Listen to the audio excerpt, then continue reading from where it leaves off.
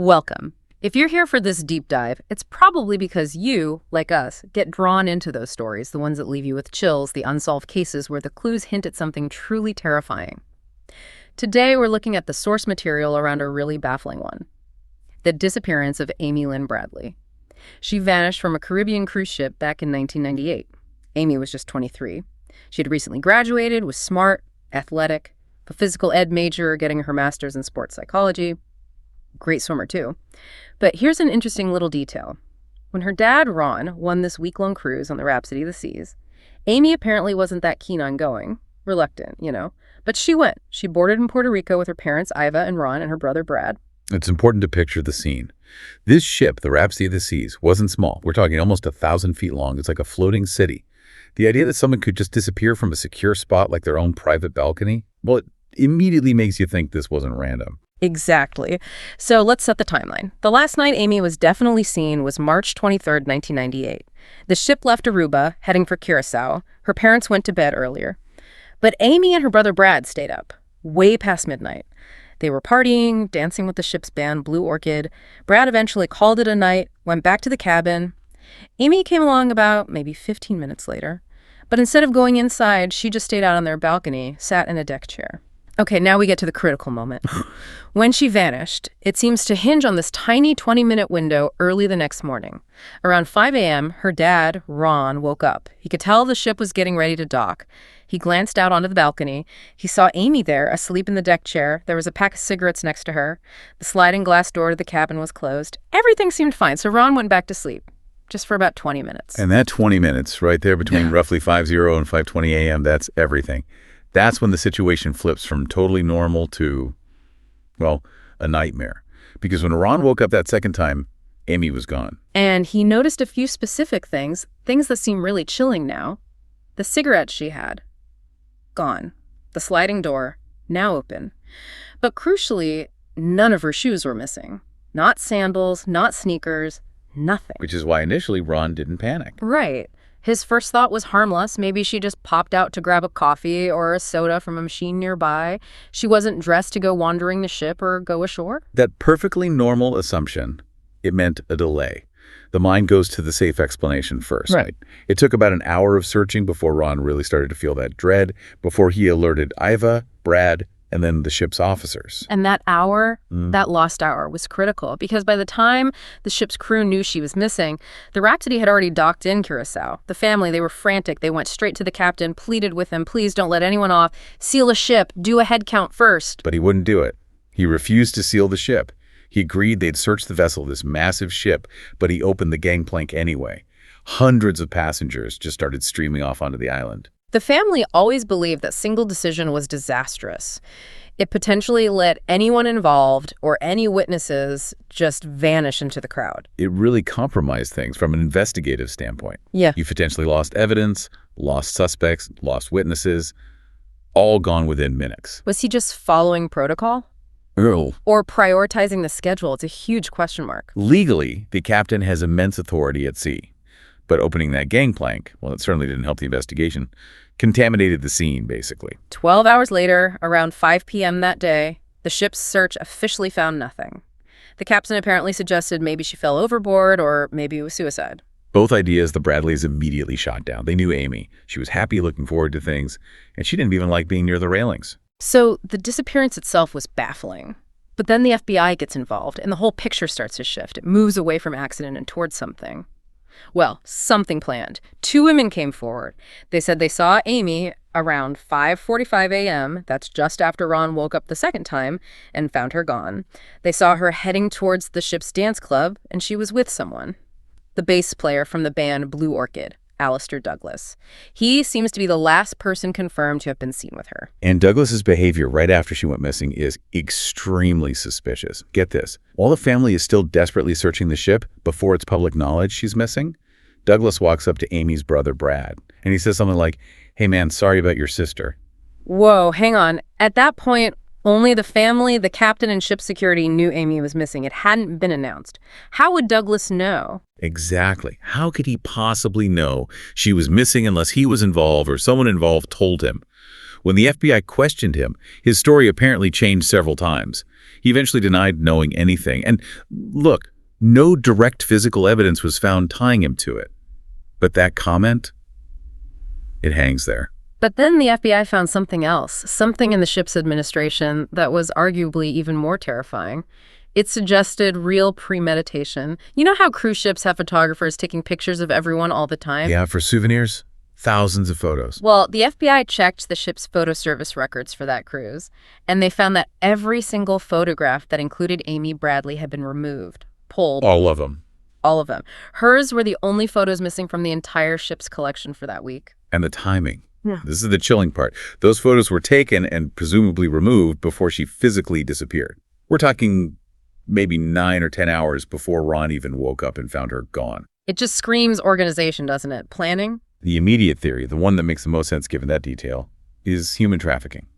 Someone targeted her. They stole the photos almost like a catalog to show potential buyers on the island before they actually took her. It's horrifying to think about. The family, understandably heartbroken, flew home. But they didn't give up. They launched a huge campaign, got her story out there. They went back to Curacao themselves, desperate for any lead. And within 24 hours of being back on the island, they got a call. A local taxi driver. He said he remembered a young woman who looked like Amy getting off the ship the morning it docked, when the captain let everyone off. He said she seemed frantic, desperate, asking him where she could find a telephone. He specifically recalled her green eyes. It's hard to verify that one, of course. Yeah. But it fit the possibility she was taken off the ship. Then about 5 months later, May 1999, came a much stronger possible sighting. A Canadian tourist, David Carmichael. He was on a beach in Curacao. He saw a woman, and he later said he was 100% certain it was Amy Bradley. How could he be so sure? The tattoos. Amy had several very unique tattoos. A Tasmanian devil on her shoulder, a sun on her lower back, a Chinese symbol on her ankle, and a lizard near her navel. This woman on the beach, she had them all, exactly the same. Wow. Carmichael said the woman was with 2 men. When she heard him speaking English nearby, her head snapped up. She looked right at him intently and started walking towards him. Like she wanted help. It seemed like it, but before she could reach him or say anything, one of the men, described as a black male, quickly stepped in front of her. He sort of motioned her away. Then this man turned back and gave Carmichael this really menacing glare, like, "Leave it alone," a clear warning. Chilling. And get this, Carmichael later told authorities that the man who warned him off looked exactly like pictures he saw of the bass player, Alistair Douglas. Douglas again. It keeps coming back to him, doesn't it? Yeah. Even if indirectly. With these sightings, the trafficking theory felt terrifyingly real to the Bradleys. And sadly, that desperation, that vulnerability, it made them targets. This guy, Frank Jones, contacted them. He claimed he was some kind of ex-Special Forces operative, specializing in rescuing trafficking victims. He said he knew where Amy was. Oh no, classic con. Exactly. He said these rescue ops needed a lot of cash up front. Ron Bradley, Amy's dad, was willing to do anything. He gave Jones tens of thousands of dollars initially. Jones just kept feeding them false hope, sending fake pictures, promising progress. Eventually, he demanded a final huge sum, like $100,000 for the supposed final rescue. And Ron paid it. He borrowed it from his boss, actually. But luckily, the boss was suspicious. Smart move. Yeah. The boss hired his own guy, a security contractor named Tim Buchholz, to fly down to Curacao and basically check Jones out, see what was really happening. Buchholz reported back almost immediately.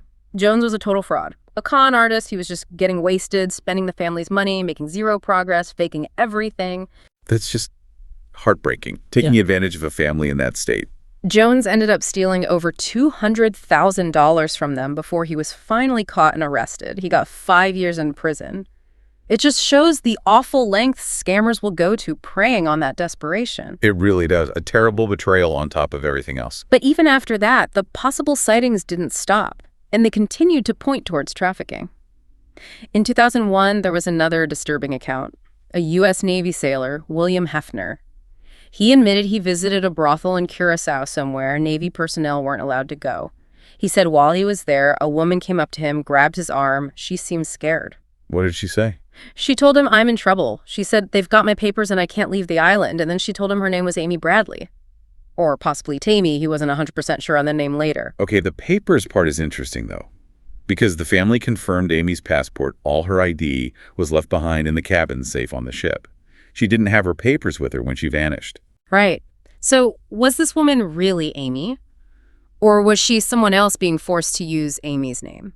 Maybe coached to say the line about papers, to get sympathy from an American. It raises questions. It definitely complicates that particular sighting. Hefner apparently only connected the dots years later when he saw Amy's picture in a magazine. By then, he said, the brothel had burned down. So another dead end.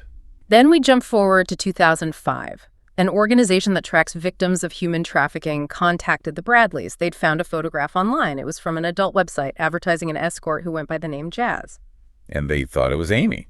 The resemblance was strong enough that they sent it to the family. Forensic experts looked at the photo too. One analyst apparently went on record saying he'd bet his career it was Amy Bradley in that picture. Wow, that's a strong statement. Also in 2005, there was what seems to be the last reported potential physical sighting. An American tourist named Judy Moore, this time in Barbados. She was in a department store restroom. She heard arguing outside the door. Men's voices, sounding threatening, saying things like, "You better cooperate," and "The deal's at 11 o'clock. Okay. When the men left, Moore went into the main restroom area and found a woman huddled there, clearly terrified. The woman whispered to Moore that she was from Virginia and that her name was Amy. She said she was scared of the men waiting outside. Apparently, there were 4 of them. Did Moore recognize her then? Not immediately. It was only about 9 months later, when she saw a more current photo of Amy Bradley in the media, that she realized who the terrified woman in the restroom might have been. But by then, of course, the trail was cold again. Fleeting glimpses. Yeah. Always disappearing again. So you look at the whole arc of this case, right? Right. From the disappearance itself, that tiny 20-minute window, Yeah, the missing shoes. the extremely suspicious behavior of the bass player. And crucially, those missing photos, taken hours before she vanished. Then the sightings, the taxi driver, the Canadian tourist identifying the tattoos, the sailor in the brothel, the escort photo, the woman in the Barbados restroom. The pattern points overwhelmingly towards kidnapping and trafficking, doesn't it? It seems like the most consistent explanation for all these disparate, disturbing pieces. Planned, targeted, and then years of sightings suggesting she was alive, but held against her will. It really does feel like the strongest theory. Despite some confusing details like the papers, Amy Lynn Bradley would be 44 years old now. Her case is still officially unsolved. Still active, but unsolved. It's a terrible ongoing mystery for her family. And it leaves us, as we finish this deep dive, with that huge what if. You have to wonder, don't you? How different might things be if the captain had sealed the ship immediately back in Curacao, just for a couple of hours, long enough for a proper search before anyone could just walk off that gangplank? Could they have found her? Or found the people responsible right then and there? Would her trail have gone cold so quickly? Or would we know the full, awful truth today? It's impossible to say, but it's a heavy question that hangs over this whole case. Thank you for joining us for this.